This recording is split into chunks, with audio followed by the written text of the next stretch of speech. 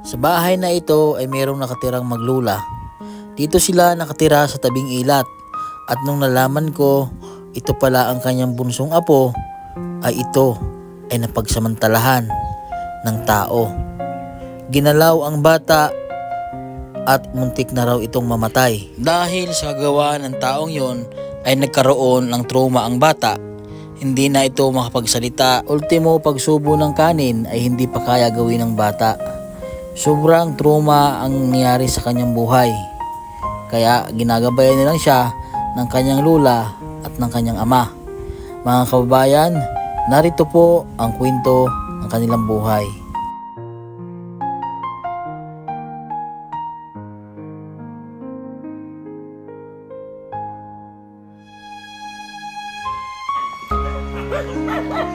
Ayan po mga kababayan, meron po tayong tutulungan dito. Napakaraming aso. Ito po yung ating tutulungan mga kababayan. Si nanay. Palagay po ako ito, nay. Ha? Ito po yung mga apo nyo, nay. Yung pupugi ng apo nyo, oh. Ha? Itong panganay, itong bunso. Apo. Ano po nangyari dyan sa puso ng yung apo? Pinagsasala ng adik, tubuhan. Ano ang ginawa sa kanya? Lambog lahat ang katawan. Daming pasasasita at saka braso at saka mukha. Opo. Sinampuyong yata.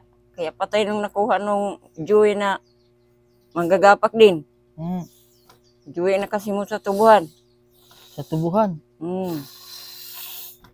Ano ang nangyari doon sa nag-grave sa kanya, sa bata? Tumago ng kulang-kulang 1 linggo. Nagaulanan, hindi na nahuli-huli. Tapos? Mga padalawang linggo yata yun, noon, nagpakita na sa bahay nila, patulog-tulog nag-isa. Natakot yung mga tao pag uwian at may taong nakatulog sa loob. Tumawag yung kabo namin ng pulis, kaya hinuli yun doon sa loob, nagpatulog-tulugan.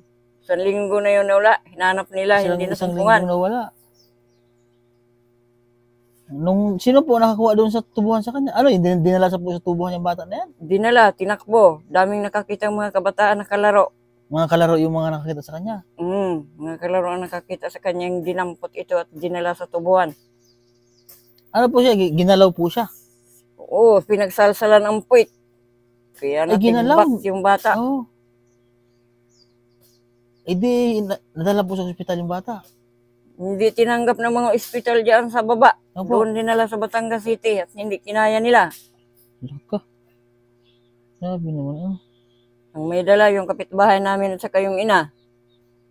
Sa Batangas City na po nadala? Batangas City na dala, hindi kinaya sa ospital diyan sa Bakit baba. po yung warak na warak po yung ano ng bata? Yung sa puro pa sa lambog. Nangingilig na ang bata nung nagkamalay tao siya. Adik po yung siguro ang nakaano sa kanya na ano? Hindi yan gumagawa ng gayon kung hindi adik. Opo. Ilang taon lang po siyang apo nyo? Sobrang 2 taon pa lang. Ngayon, ilang taon na po siya? Ngayon, pa-4 na ito. Pa-4 na. Mm. Parang may trauma po yung bata, ano? Nakakapagsalita po ba siya? Hindi. Nakakalog yata ang utak ng pagsampuyong eh. Simula po noon. Pero bakit dito ang 5 kamay sa mukha? Pero po nung una po, nakakapagsalita po yung bata na yan. Hindi pa. Hanggang ngayon po, hindi po siya nakakapagsalita. Hindi. Hindi po siya pipinay, hindi. Hindi pipi. Dahil makapagbigkas man siya ng mama. Nakakapagbigkas po siya. Baka po naalog yung utak ng bata. Ano yata ng pagsampuyong? Siyempre, matandang tao ang sampuyong. Grabe naman po, ano? Kasi tinunan, napakaputing mga bata na napakabuhi, mga pugi ang apo nyo. Nakulong po yung gumawa. Nakulong. Naroon sa kulungan ngayon. Ako, dusa siya sa kulungan. Hindi ko naawa sa bata eh. Pagkadami-daming mga tao, malalaki na ang bata pa ang pinlinupigan. Hindi naghanap ng kaya niya yung pirsahin. Opo. Hindi man lang naghanap na lang siya ng walang asawa, ano? Bakit bata yung kanyang pinakailaman?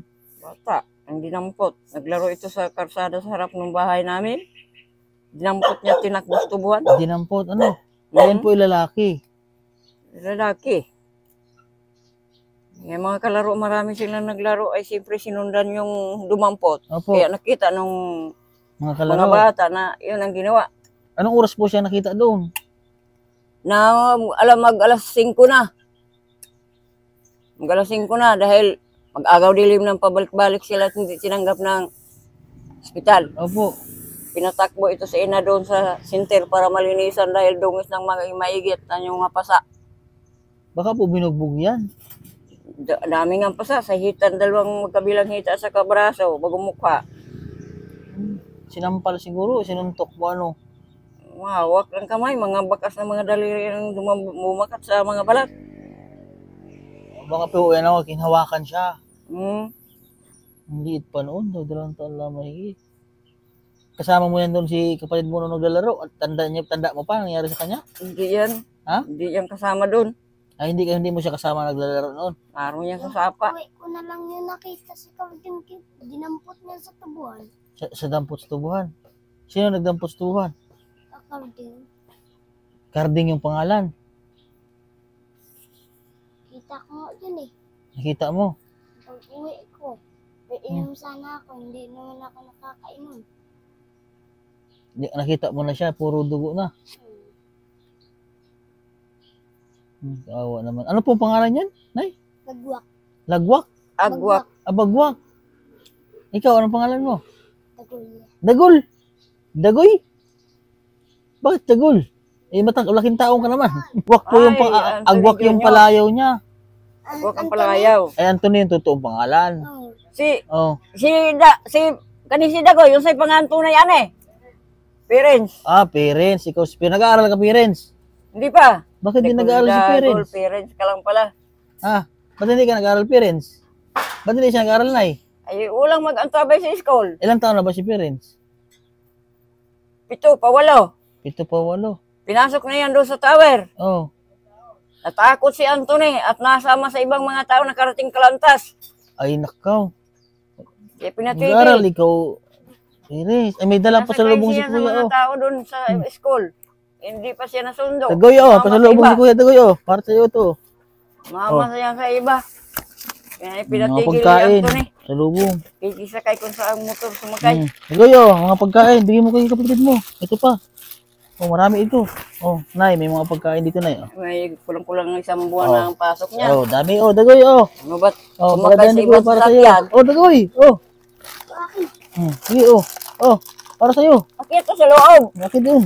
Oh, Akit ko sa hindi siya loob. nagsasalita. Oh, Nay, oh. Para sa kanya yan. Yan na. Pagkain. Oh, yung mga ulam dyan. Tuwang-tuwa na siya, oh. Dito ikaw, Dagoy. Hey, Dagoy. Dagoy lang pala palayo niya. Dagoy pa yung May mga pangalan palang tunay. Oh. Alias lang pala iyan. Hoy, Masaya na si buksan mo Dagoy, yan. Kain ikaw, Dagoy. Hindi siya Dagoy. buksan mo, hindi maalam. Marami pang pagkain dito, Dagoy, sa karton. Nawawa naman yung bata na yan. Hindi mo nga marunong magsubo. Ilang tahi po ang ginawa sa kanya, Nay? Nandun man sa sa kanang... Malaki po ang sugat niya sa puwit na yun. Nung, Hindi man kami nakapanood doon. Naman sila man lang nakita mo, nasa loob. malaki ang sugat ni Dagoy? Pasa-pasa dito. Sa mga hita, sa mga kabila, bago dito. Bago dito sa mukha. Opo. Yan, bakat ang 5 kamay. Ay, pwede Karding ma. Ginayan siguro. Tinampal po siguro. Sige, kain na ikaw. O, tuwang-tuwa naman siya, o. Hindi marunong magsubo. Hindi siya marunong magsubo, Nay? Abiyarin pa talaga ito. Hindi Ay, marunong sinusubuan niyo magsubo, pa rin sa pagkain. Lahat ng pagkain dyan, susubuan ito. Hindi marunong magsubo. Dahil ikaw, Dagoy. Ay, oo nga, hindi pa siya marunong magsubo. Baka nagka-trauma po siya, Nay, nung nangyari sa kanya. Alam, dahil maliit pa siya eh. Ayun, o. Pero bagang unggoy. So, ayan po mga kababayan. Ayun na, pasensya na po, nabala po namin kayo. Ano? So, sa mga nais mo mabigay po ng tulong po sa kila Nanay Dagoy, ayan, mag-message lang po kayo sa aking Facebook page, Mastering Ring Channel po. Any amount po na inyong mabigay para sa bata ay malaking tulong po yung mga kababayan. Lalo po dito sa kanila. Ayan po, dito na lang po aking vlog. Don't forget to subscribe po sa aking YouTube channel, Master Ring Ring channel po, at pakipollow po ako sa aking Facebook page. Yun po, dito na lang po aking vlog. God bless po at magandang tanghali po sa inyong lahat.